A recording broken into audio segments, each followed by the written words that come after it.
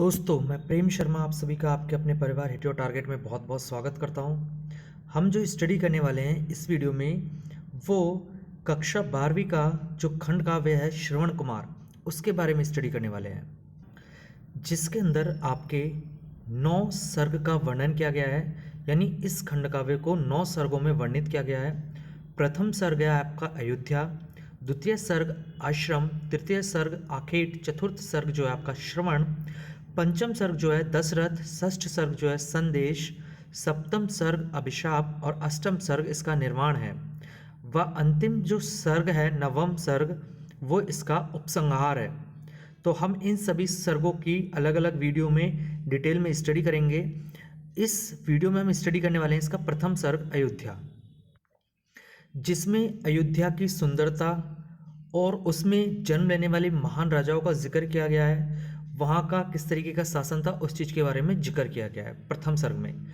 इससे पहले हम इसका इंट्रोडक्शन पढ़ लेते हैं कि इस खंड काव्य को किसने लिखा है और किस तरीके से है, यानी ये कहाँ से लिया गया है। बात करें इस खंड काव्य के जो रचनाकार हैं वो हैं डॉक्टर शिव बालक शुक्ल, जिन्होंने इसे वाल्मीकि रामायण के अयोध्या कांड से लिया है। और इस खंड काव्य के अंदर उन्होंने अपनी जितनी कल्पना शक्ति थी उसका पूरा निचोड़ रख दिया है ताकि इसे आज के टाइम की जनरेशन के लिए उपयोगी बनाया जा सके। तो इसका जो इंट्रोडक्शन है वो आप किस तरीके से लिख के लाएंगे। डॉक्टर शिव बालक शुक्ल द्वारा रचित खंड काव्य श्रवण कुमार एक पौराणिक कथा पर आधारित है, किंतु कवि ने अपनी कल्पना शक्ति के द्वारा सामाजिक और सांस्कृतिक दृष्टि से उसे प्रत्येक देशकाल के लिए प्रासंगिक बना दिया है। अर्थात उसमें पौराणिकता और वर्तमान सामाजिक यथार्थ हैं। इसके चतुर्थ सर्ग से लेकर अष्टम सर्ग तक खंडकार ने अनेक जो मार्मिक स्थलों को प्रयत्नपूर्वक उकेरा है। सप्तम सर्ग में तो करुण रस की भावनात्मक अभिव्यक्ति अपनी चरम सीमा पर पहुंच गई है। श्रवण कुमार के माता पिता का जो करुण विलाप है वह किसी के भी सहृदय को द्रवित करने में समर्थ है। यानी ये जो खंड काव्य है इससे अपनी कल्पना शक्ति से, अपनी इमेजिनेशन से डॉक्टर शिव बालक शुक्ल ने इतना ज़्यादा उकेरने की कोशिश की है ताकि एक छाप छोड़ जाए। जब इसे बच्चे पढ़ें तो उनके ऊपर इसका इतना पॉजिटिव प्रभाव होना चाहिए कि वो इससे इंस्पायर हो।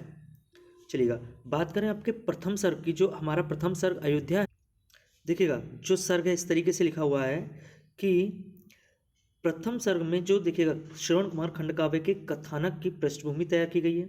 इसमें अयोध्या नगरी की स्थापना, उसका नामकरण, राज्य कुल के वैभव एवं उसकी गौरवशाली विशेषताओं का वर्णन किया गया है। यथा इसमें क्या कहा गया देखिएगा। सरी सरयू के पावन तट पर है साकेत नगर छविमान, जिसमें श्री शोभा वैभव के कभी तने थे विपुल वितान। मनुवंशज इक्ष्वाकु भूप की कीर्ति पताका लोक ललाम, अनुपम शोभाधाम अयोध्या चित आकर्षक अति अभिराम। यानी इसमें अयोध्या की जो सुंदरता है उसको वर्णित किया गया है। कवि ने यह बताया है कि अयोध्या में सर्वत्र नैतिकता और सदाचार विद्यमान है। इस नगरी में सभी वस्तुओं का विक्रय उचित मूल्य पर होता है। यहाँ के नर नारी परस्पर यथोचित सम्मान करते हैं, यानी एक दूसरे की रेस्पेक्ट करते हैं। इस प्रकार अयोध्या का जीवन सहज और आनंद से परिपूर्ण है। इस सर्ग में अयोध्या की रम्य प्रकृति का चित्रण भी किया गया है। अगर आपको बताएं इसके हुआ क्या है कि ऐसे अयोध्या के जो शब्द भेद निपुण राजकुमार दशरथ एक दिन शिकार करने की योजना बनाते हैं। इस समय वो राजकुमार है, ठीक है, राजा नहीं बने हैं। तो किस तरीके से इसे वर्णित किया गया है। ऐसे वातावरण भव्य में दशरथ उर में उठी उमंग, देखें सरयू वन में मृग्या आज दिखाती है क्या रंग। देखिएगा अब इसे अपने शब्दों में आसानी तरीके से आप कैसे लिख के आएंगे एग्जाम में। अयोध्या का जो गौरवशाली इतिहास है अपने भीतर अनेक महान राजाओं की गौरव गाथा छिपाए हुए हैं। जैसे पृथु, इक्ष्वाकु, ध्रुव, सगर, दिलीप, रघु आदि राजाओं ने अयोध्या के नाम को प्रसिद्धि एवं प्रतिष्ठा के शिखर पर पहुंचाया है। इसी अयोध्या में सत्यवादी राजा हरिश्चंद्र और गंगा को भूतल पर लाने वाले राजा भागीरथ ने शासन किया है। बात करें राजा रघु के नाम पर ही इस कुल का नाम रघुवंश पड़ा। महाराजा दशरथ जो हैं वो राजा अज के पुत्र थे। राजा दशरथ अयोध्या के प्रतापी शासक थे। उनके राज्य में सर्वत्र शांति थी।